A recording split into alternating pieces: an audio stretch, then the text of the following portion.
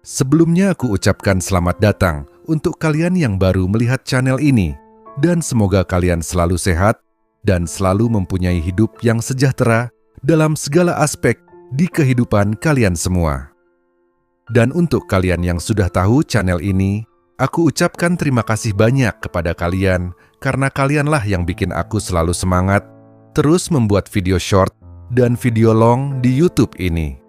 Semoga kebaikan kalian semua mendapatkan balasan yang sangat lebih dan selalu makmur dalam aspek kehidupan kalian semua.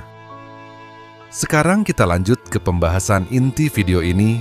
Pernah nggak lo kepikiran, kenapa banyak orang selalu bilang, kalau punya uang, beli emas aja, aman. Tapi di sisi lain, orang-orang kaya di dunia jarang banget menjadikan emas sebagai aset utama mereka. Dan bahkan, Warren Buffett sendiri secara terang-terangan bilang bahwa emas bukan aset yang dia suka. Kenapa bisa begitu? Apa yang sebenarnya mereka tahu? Yang gak banyak orang ngerti, hari ini kita bakal bongkar semuanya. Dari dulu, kita diajarkan satu hal, emas itu aman. Dan itu tidak sepenuhnya salah. Tapi masalahnya, banyak orang berhenti sampai situ. Mereka mengira, kalau emas itu aman, berarti itu pilihan terbaik. Padahal, aman dan berkembang itu dua hal yang berbeda. Emas memang tahan inflasi. Nilainya relatif stabil. Tidak mudah hancur, tapi emas tidak menghasilkan apa-apa. Gak ada dividen, gak ada cash flow. Lu cuma berharap harganya naik. Dan disinilah perbedaan cara berpikir mulai terlihat.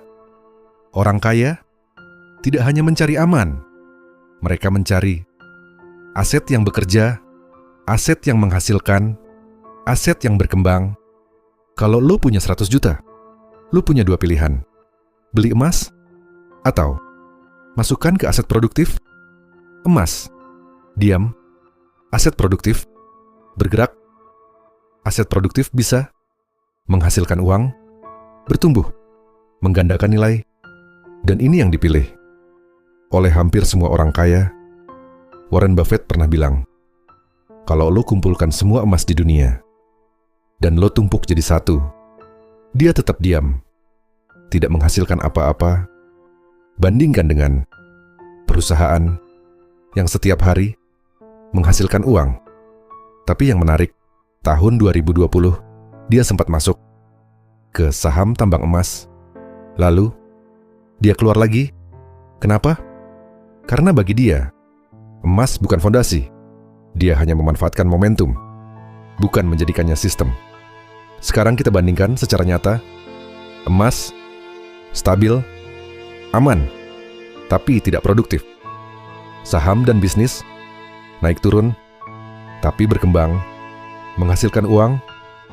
Contoh sederhana, 100 juta di emas dalam 10 tahun mungkin jadi 150 atau 200 juta. 100 juta di aset produktif dengan return 10% bisa jadi lebih dari 250 juta, belum termasuk uang yang terus mengalir. Jadi masalahnya bukan emas itu jelek, tapi emas itu terbatas. Emas bukan alat untuk kaya. Emas adalah alat untuk bertahan. Biasanya dipakai saat krisis, inflasi tinggi, ketidakpastian. Makanya, orang kaya tetap punya emas. Tapi, bukan sebagai senjata utama. Kesalahan paling besar yang sering terjadi, menganggap emas adalah investasi utama, mengira emas bisa bikin cepat kaya, takut masuk ke aset lain. Padahal, dengan hanya emas, lo cuma bertahan, bukan berkembang.